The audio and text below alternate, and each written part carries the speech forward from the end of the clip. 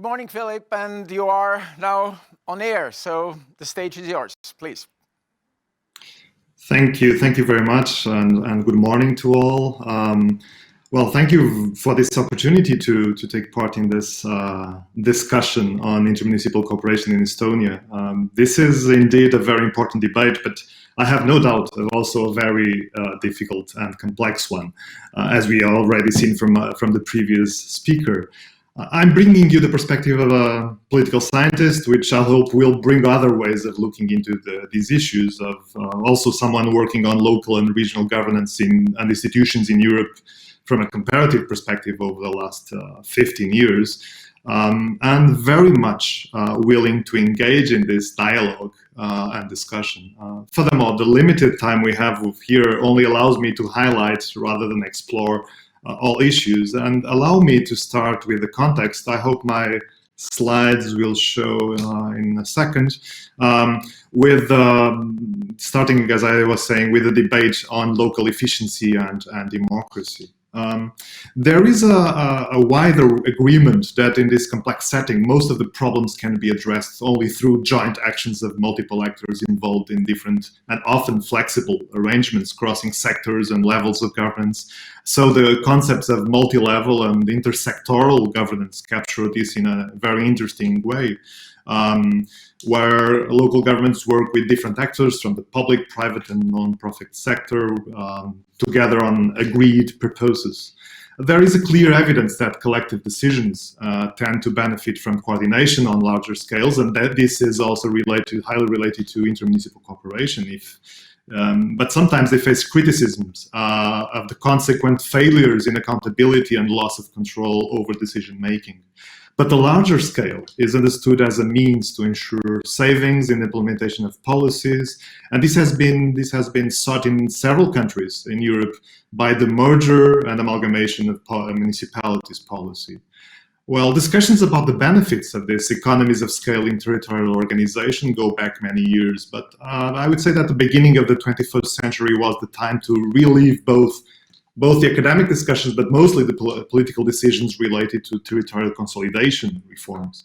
The increasing interest on the issue is best seen if one looks at some examples, like the list includes Denmark in 2007, Latvia 2009, Greece with 2 waves of reforms, the second in 2011, Ireland 13 and 14, Albania, and more recently Estonia in 2017, with its administrative reform with significant impact on local government mergers. Well, parts of the federal countries like Austria, at least 3 cantons in Switzerland and 5 Länder in Germany also can be added to the list, as well as countries where, as I call it, the silent revolution of territorial consolidation occurs as a result of several mergers of municipalities. England, Netherlands, Iceland, and so on. There are also countries that are currently in the process of these territorial reforms, which the end result is not yet clear, Norway and Ukraine. For example. Of course, in each of these cases, specific conditions and factors can be identified to explain these trends of reform. But I would say the common feature is the belief in economies of scale that give hope for significant improvements in local government capacity to deliver better services, to be more cost efficient, and to be more competitive. The reforms were carried both in countries where average municipalities were very small, Greece, Latvia, and in countries that already had a significant degree of consolidation, like Denmark or Netherlands or even Ireland. Simply put, for a long time, the most widespread opinion has been of the positive impact of merger in municipalities. However, at the same time, the quality of local democracy, with the diminution of interest in public affairs, less confidence in local authorities, etc., has been at stake. This may help us to start answering the question of the previous speaker about who might lose from intermunicipal cooperation. Speaking about the budget of intercommunal experiences in France was over 40 billion euros, which equal to more than 30% of total spending of the municipal sector. And also I was speaking about the examples of the Netherlands, when in average each municipality is involved in 16 various forms of cooperative arrangements. In average, both more permanent institutions and ad hoc contractual arrangements are good examples of this first group I was talking about, where intermunicipal cooperation is highly developed. But in most European countries, this is relatively common, but still far from playing as an important role as in French, Dutch, or Finnish cases. In Poland, in the Czech Republic, jointly provided local services account to a maximum of only 3% of total municipal spending. And in Slovenia, this is closer to 0.5% of the total municipal spending, very far from the above mentioned or before mentioned figures. Well, despite these huge variations, there are several common features and contemporary trends of intermunicipal cooperation in Europe. First one, the development, the growth in numbers of these arrangements. It is increasingly clear that intermunicipal cooperation has become more and more popular in many European countries. In France, the total budget of this communauté has increased from 13 billion euros in 2000 to over 42 recently. However, this is not the only example. In Poland, financial transfers between municipalities more than tripled during the last decade. Also in the Czech Republic and other countries, similar effects have been observed. As expected, the second characteristic feature is diversity. Not only how meaningful these cooperative institutions in the provision of local public services, but also the forms which they take in different countries. We are dealing with an enormous complexity of various forms of collaborative institutions, formal and informal, based on public and private law, bilateral or multilateral, single or multi-purpose. Obviously, this complexity exists to a different extent in different countries. In some cases, like Slovenia or Spain, the number of available options is relatively limited, and intermunicipal cooperation plays a partial role in the provision of local functions. But in the Netherlands or Switzerland, the map is indeed very complex, and understanding all possible forms is not an easy task. The third common observation is a constant evolution. We are not talking about a stable phenomenon, but about a dynamic, constantly changing process. This liquid state of cooperation, as I've called it before, is quite evident and constitutes one of the most relevant features. New institutional forms, both in private and public law, ways of financing, allocated functions, the political structures, have been replacing old ones with a pace which have made trends difficult to follow from an external observer. New forms are often contested in public debates also, which allows us to expect an evolution in the near future. The latest experiments with metropolitan governance and direct elections of intermunicipal politicians are confirmations of that. Finally, when we study intermunicipal cooperation, we soon realize how fuzzy boundaries of the definition of the phenomenon we are talking about. A pure example of intermunicipal cooperation or pure form could be defined as situations in which two or more municipalities agreed to work together. Well, but some forms of cooperation are not only intermunicipal, and all these examples I'm bringing may help feed the debate during the day. At the same time, some of these forms are also multi-level. Examples of such an institution might be the Spanish consortia. In Poland, also recent in 2015 or 16, amendment of the law allowed to create intermunicipal unions with the participation of both municipal and county government. There are also several forms of cross-sectoral cooperation, which are intermunicipal institutions at the same time. The famous local action groups promoted by EU funding for rural development are also a kind of intermunicipal agreement. Well, this we can increasingly observe these double-decker structures also. As an example, we can look into the syndicates of intercommunal communauté in France, the aggregation of these intermunicipal structures, or the companies established and owned by intermunicipal associations. All these examples suggest the definition of intermunicipal cooperation as something not very easy sometimes to achieve. Following the economies of scale argument, we might expect that those arrangements are more popular in countries which have more territorially fragmented municipal structures. But empirical data only confirms these expectations to a limited extent. In 2015, there were 10 European countries with an average population of municipal governments below 5,000 inhabitants. Within that group, intermunicipal cooperation is indeed extremely popular in France, Switzerland, Iceland, but Czech Republic, Slovakia, Hungary, or Ukraine have much less developed institutions of collaborative intermunicipal arrangements with similar numbers. At the same time, it is very popular in the Netherlands and Finland, both with a population size of municipalities well over the European average. In Poland and in Spain, the relationship seems to be the opposite. Small local governments are involved in cooperation less often than their larger partners. Spain suggests an explanation, or as an example suggests an explanation for this phenomenon in the weak capacity of smallest local governments to organize and manage their presence in the new institutions. This may, and this is a relevant point I would like to underline, may also show that territorial reforms and intermunicipal cooperation do not need to be mutually exclusive strategies, which is an interesting perspective, particularly from the Estonian context. Since we are dealing with a very much diversified set of institutions, there is no surprise that the typical areas of cooperation also vary from one country to another. There are sectors, however, in which cooperative arrangements are especially popular. One of them is waste management, which due to the strong scale effect requires cooperation mechanisms. Another very popular area is water, listed amongst the most frequent sectors in Germany, Poland, Portugal, Slovakia, Slovenia, Spain. Three other sectors which have been mentioned the most often are of a different character in countries with a high share of cohesion regions, the Czech Republic, Poland, Portugal, Slovakia.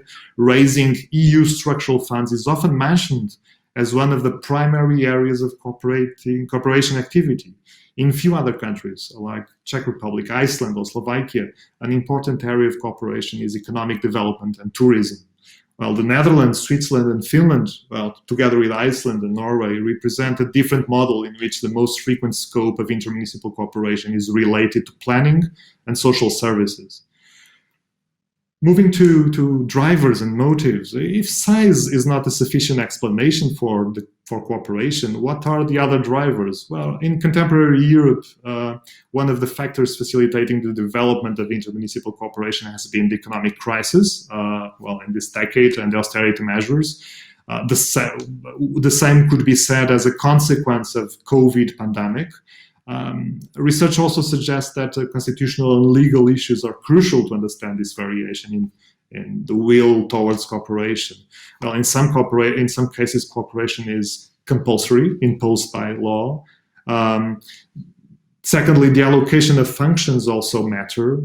There are some functions which require coordination across boundaries more than others, and especially if the level of local autonomy is high, the governments are pushed into looking for solutions in collaboration with other neighbors. But even if not mandatory in strictly legal terms, there might be strong external incentives which make cooperation a not to refuse option. Strong incentives from central government, for instance, through the access to alternative financial sources only under a condition of creating intermunicipal institution, or the other type of incentives might be functional, related to transferring additional competences to local governments who engage in intermunicipal arrangements. Interestingly, while in several countries this is strongly encouraged by central governments, like Portugal, for instance, in some others, the government stays mostly ambivalent. And in some others, it treats these institutions with a certain degree of distrust. So we have all the different approaches all over Europe. Finally, the incentive might be also of a soft and sometimes exogenous character.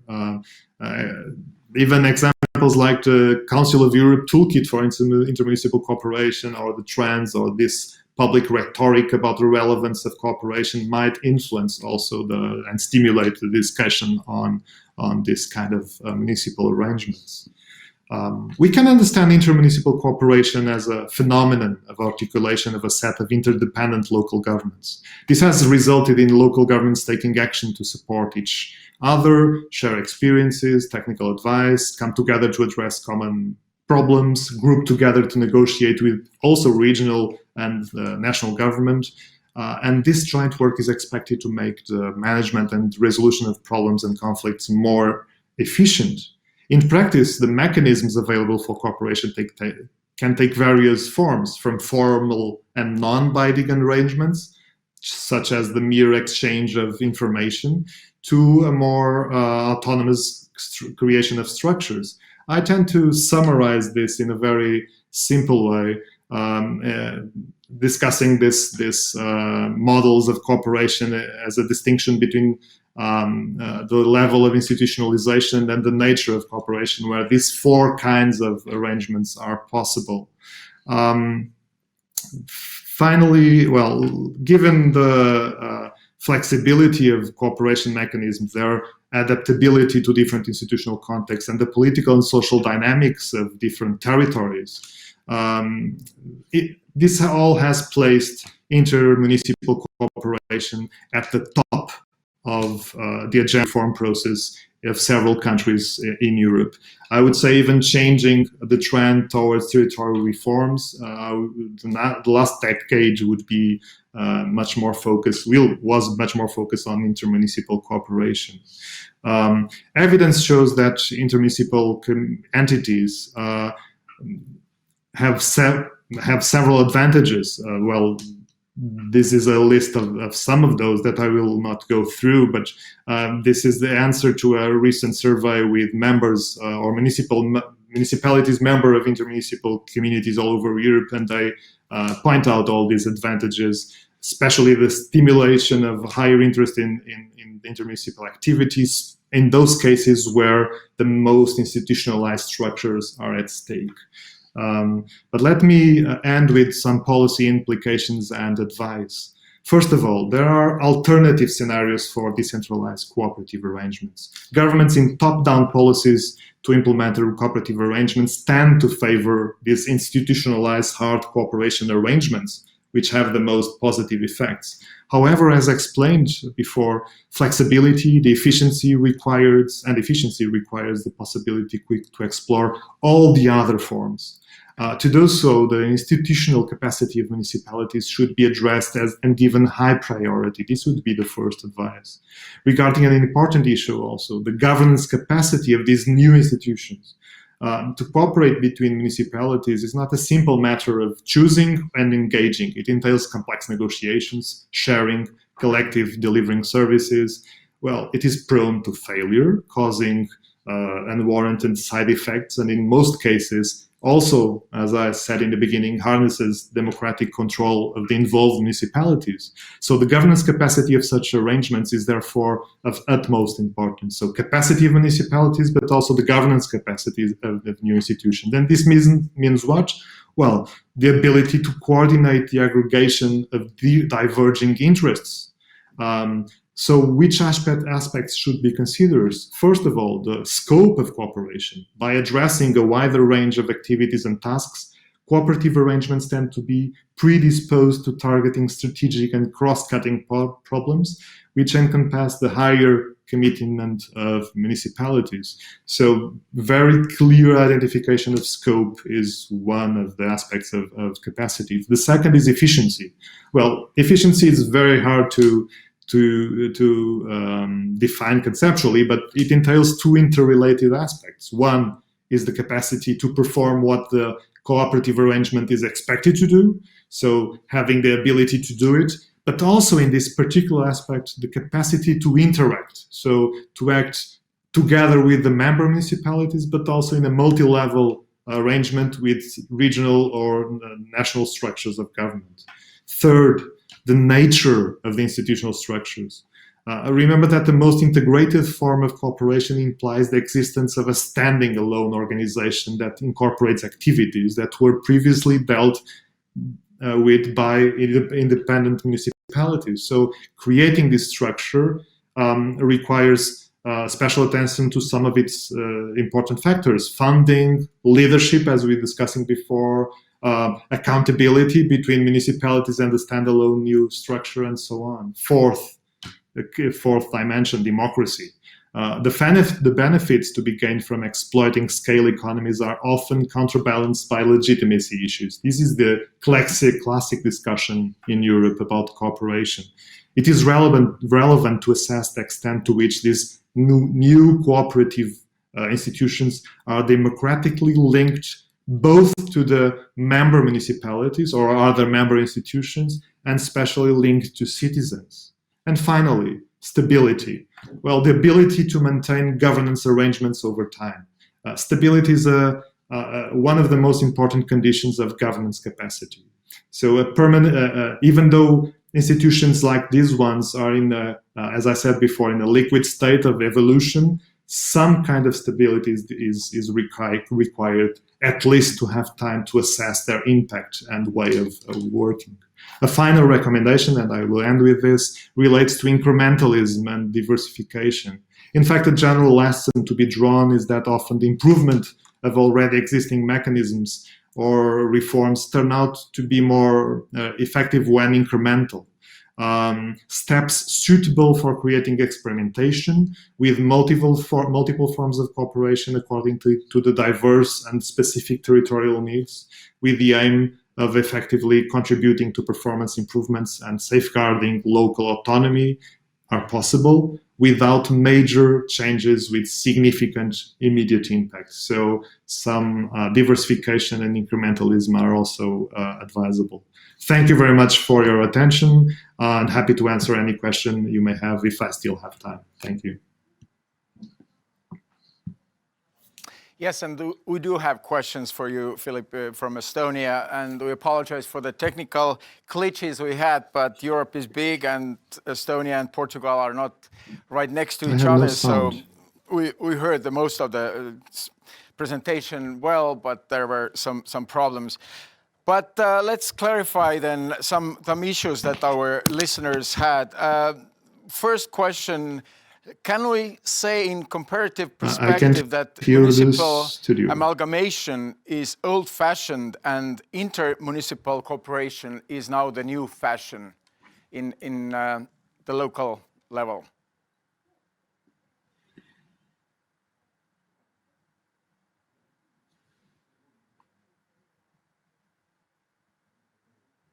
I have no sound from my side. Okay, I'm really sorry. We hope that maybe you can hear now. So I repeat the question again. Can we say that in comparative perspective, the municipal amalgamation is old-fashioned and it's opposed by inter-municipal cooperation that is in fashion nowadays?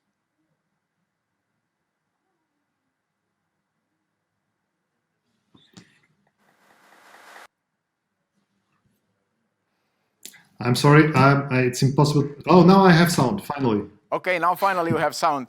Very good. So we will repeat the question for the third time. Third time is always the best. Can we say that in comparative perspective, the municipal amalgamation, fragmentation, is old-fashioned and inter-municipal cooperation is fashion nowadays? Oh, thank you very much for the question. That's one of the consequences we can identify from recent plans.